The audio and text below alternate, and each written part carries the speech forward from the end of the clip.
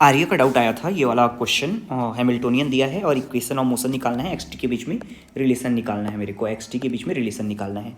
देखते हैं कैसे प्रोसीड करेंगे। सबसे पहले हैमिल्टोनियन है तो इक्वेशन ऑफ मोशंस लिख देते हैं। इक्वेशन ऑफ मोशन क्या होता है, तो ये जो पहला इक्वेशन ऑफ मोशन होता है एक्स डॉट, एक्स डॉट मतलब वेलोसिटी। वेलोसिटी और हैमिल्टोनियन के बीच में क्या रिलेशन होता है, D h upon d P. याद नहीं रहता तो सिंपली ये सोचा करो, हैमिल्टोनियन काइनेटिक एनर्जी के बराबर है और यहाँ पर पी वाला टर्म किस में आता है, काइनेटिक एनर्जी। काइनेटिक एनर्जी मतलब पी स्क्वायर अपॉन 2m और इससे मेरे को क्या लाना है, एक्स डॉट। एक्स डॉट मतलब वेलोसिटी लाना है। मैं वेलोसिटी कैसे लाऊंगा, तो सबसे पहले पी को डिफ्रेंशिएट कर देता हूँ, तो डिफ्रेंशिएट करूँगा तो 2p अपॉन 2m, m से m कटा और p क्या होता है, mv होता है डिवाइड बाई m। तो ये वेलोसिटी एक्स डॉट के बराबर आ गया। कैसे आया, हैमिल्टोनियन को हम लोग डिवाइड किए थे किससे, उसके मोमेंटम से। ठीक, याद रखने के लिए बता रहा हूँ, ऐसा कुछ रियल में नहीं होता। दूसरा P dot minus D h upon D x. कैसे याद रखोगे इसको, तो इसको सिंपली ये याद रखो, हैमिल्टोनियन जो होता है एनर्जी के बराबर होता है। अब यहाँ पर जब एक्स का बात हो रहा है तो एक्स वाला जब बात हो रहा है तो एक्स वाला क्या होगा, एनर्जी जो होगा उसको पोटेंशियल के बराबर मान लो। पोटेंशियल, ये वी नहीं, पोटेंशियल वी, कैपिटल वी। और फोर्स और पोटेंशियल के बीच में क्या रिलेशन होता है, ये रिलेशन होता है। तो यहाँ से v को अगर h मान लोगे और f क्या है, चेंज इन मोमेंटम, तो ये मेरे पास ऐसा रिलेशन आ जाएगा। ये भी सिर्फ याद रखने के लिए है, ठीक, ऐसा कुछ रियल में नहीं होता।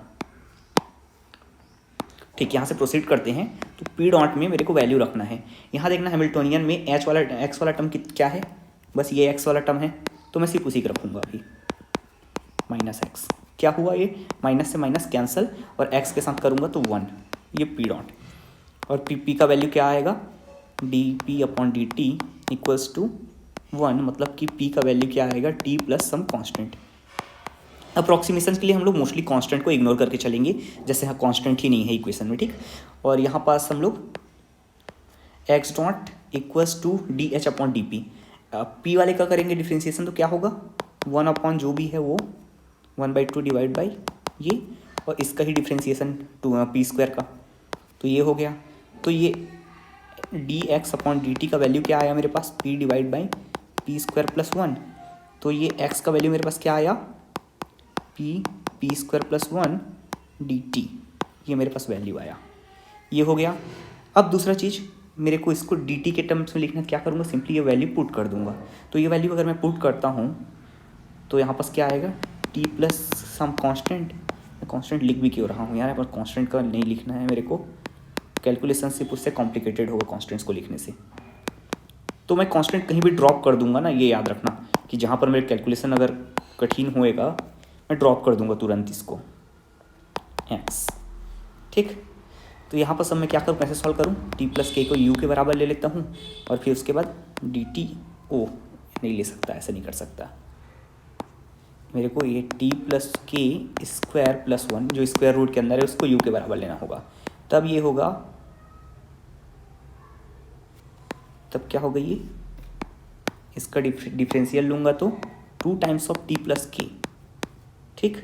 और उसके बाद d t equals to d u, मतलब कि 2 उधर चले जाएगा तो ये किसके बराबर होगा, 1/2 d u divide by u root over, ऐसा ही होगा, हाँ ठीक।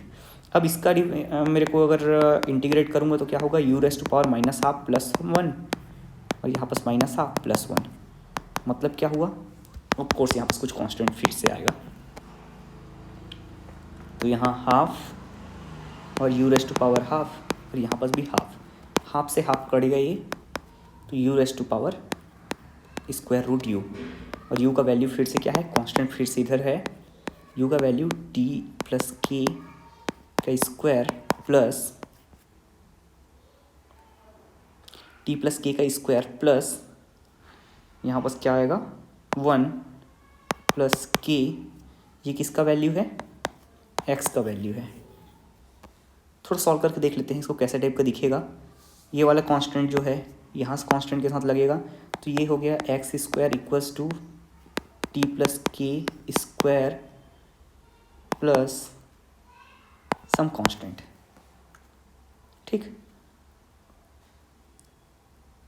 या फिर यहाँ पर से भी टी प्लस के को मैं के को भी यहाँ पर से ड्रॉप कर देता हूँ, यहाँ पर को नेट कांस्टेंट कुछ ले लेता हूँ, t square plus net constant, इसको K1 इसको K2 बन लेता हूँ, नेट कांस्टेंट एक्स स्क्वायर, तो x square minus t square equals to k. मैं क्यों कर रहा हूँ ये, क्योंकि मेरे को नियरेस्ट अप्रॉक्सीमेशन तक जाना है। इसमें 4 ही ऑप्शन है मेरे पास, या तो पैराबोला में जाएगा, या तो हाइपरबोला, एलिप्स या स्ट्रेट लाइन। ठीक, तो यहाँ पास ये अप्रॉक्सीमेशन लेने के बाद ना, अगर ये वाले कांस्टेंट को भी इग्नोर कर दूँ तो यहाँ x इक्वल्स टू टी हो सकता है स्ट्रेट लाइन पर। इतने सारे कांस्टेंट आ गए हैं, इतना ज़्यादा इग्नोर नहीं करते, ये कर लेते हैं। ये जो K1 है स्क्वायर रूट प्लस K2, ये सब मिलाकर कुछ नेट कांस्टेंट ले लेते हैं। और अगर ऐसे ले रहे हैं तो ये x square upon T square कैसे वाला फॉर्मेट बनाएगा, x by K1 square y by K2 square. अरे यार यहाँ पास ना माइनस हो जाएगा, माइनस इक्वल्स टू 1, ऐसे टाइप का कुछ फॉर्मेट बनाएगा। तो ये हाइपरबोला वाले टाइप का फॉर्मेट होगा, हाइपरबोला।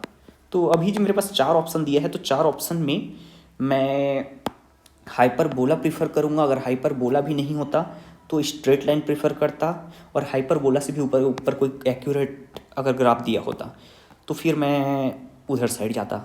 फिलहाल क्वेश्चन के लिए मैं हाइपरबोला के साइड लीन होऊंगा।